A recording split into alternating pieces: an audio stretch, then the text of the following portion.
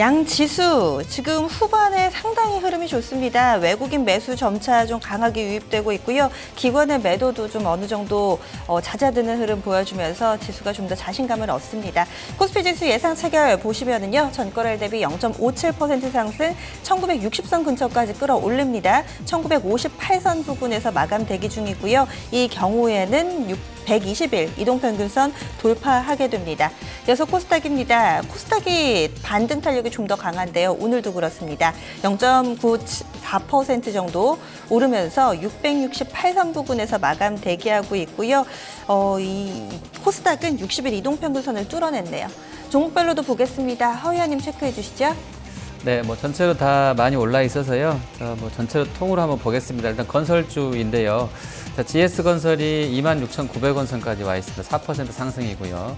오늘 대우건설 탄력 아주 좋습니다. 13% 아주 바닥권 급반등 나와 있는데요. 6,240원 선.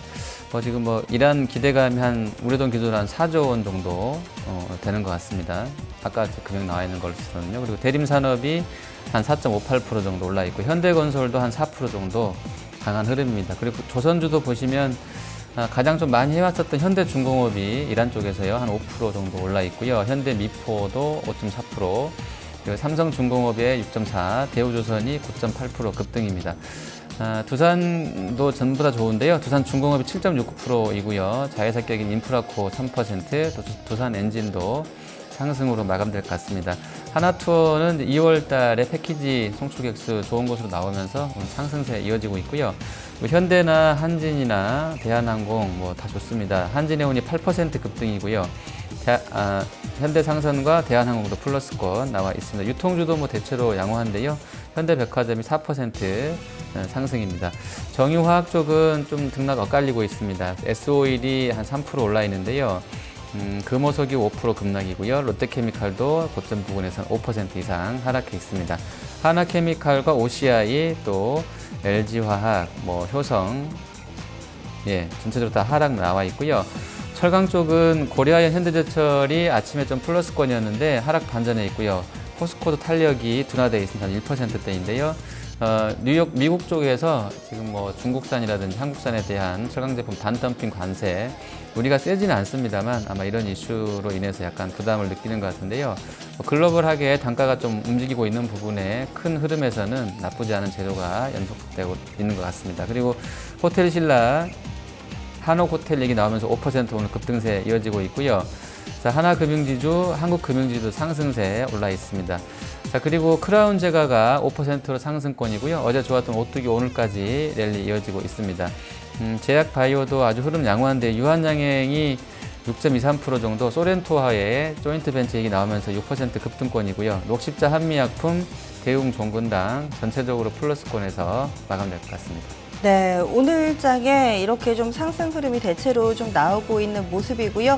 그리고 조금 더 눈에 띄는 종목군들, 허위원님 급등이나 급락으로 마감 예상되는 종목들도 좀 체크를 해주시죠. 자, 코스닥 보시면 제넥신 오늘 11% 오릅니다. 어제 안트로젠이었나요? 이쪽이 이제 기술 수출 나오게 되면서 후보 대기군들 있는 쪽들에 대해서는 다 같이 그냥 올려지는 분위기인 것 같은데요. 바이로메드도 오늘 한 11% 정도 급등이고요. 셀트리온도 한 3%가량 와 있습니다. 자, 그리고 IT 쪽에서는 장비구는 AP 시스템, 원익 IP에서 7% 급락입니다. AP의 블록딜 관련된 악재가 좀 수급적인 심리를 건드린 것으로 볼 수 있겠는데요. 일단 손바뀜이 10% 정도이기 때문에 아주 큰 악재는 아닌 것 같은데 좀 과도하게.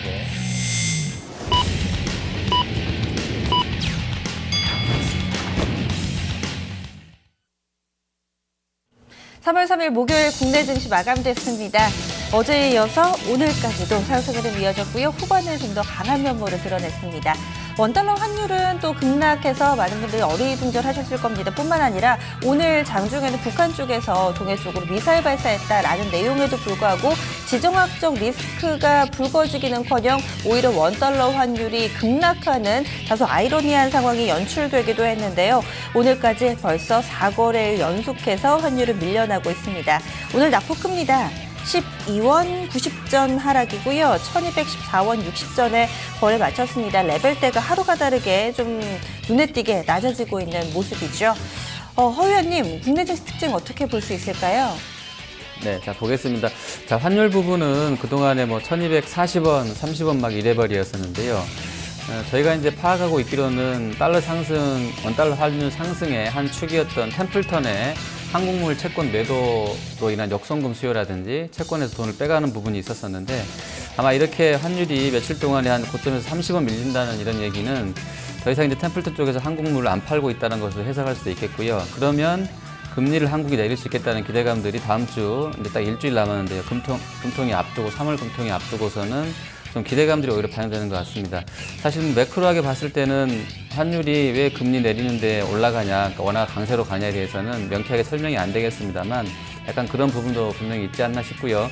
자, 그리고 이제 오늘은 북한이 유엔 제재 결의에 반발해서 장거리 미사일 동해 발사했고요. 중국의 2월 차이신 서비스 PMI 51선 나오면서 예상보다 안 좋았습니다. 하지만 또 한편에서 개장 전에 나왔던 2월 한국 소비자 물가 세부 내용이 어쨌든지 간에 1.3% 올랐던 점은 호재로 좀 받아들였던 것 같고요. 수급적으로는 여전히 오늘도 외국인이 IT랑 운송장비, 철강, 화학, 건설 대표적인 경기 민감 섹터들을 강력하게 매수하면서 한 4천억 가까운 매수 대규모로 좀 집어넣고 있고요. 프로그램도 여전히 연일 매수 우위인데요. 한 2,400~500억 정도 들어오고 있습니다. 수급이 탄탄했던 것 같습니다. 해외 수급이요. 그리고 업종별로는 이란발 모멘텀 다시 부각이 된 건설주 아주 강했고요.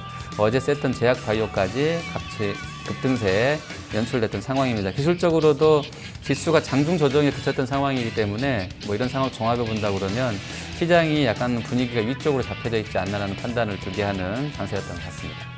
이어서 아시아 증시 마감입니다. 어제 일본과 중국은 나란히 4%대 급등으로 거래를 마쳤는데요. 오늘도 상승 추세 보여줍니다. 일본 증시는 벌써 3거래를 연속해서 상승이고요. 17,000선 근처까지 올라왔습니다. 1.3% 오른 16,960.16엔에 오늘 거래 마쳤고요. 이어서 중국 넘어가겠습니다. 중국 증시도 3거래를 연속 상승인데요. 오늘 장에서 좀 상승과 하락을 반복하다가 현재 오후 장에서는 한 0.3% 정도 오르는 강보합권 기록 중입니다. 2,858선 부근 지나가고 있습니다. 국내 증시 정리해드리겠습니다. 증권통 시황센터입니다.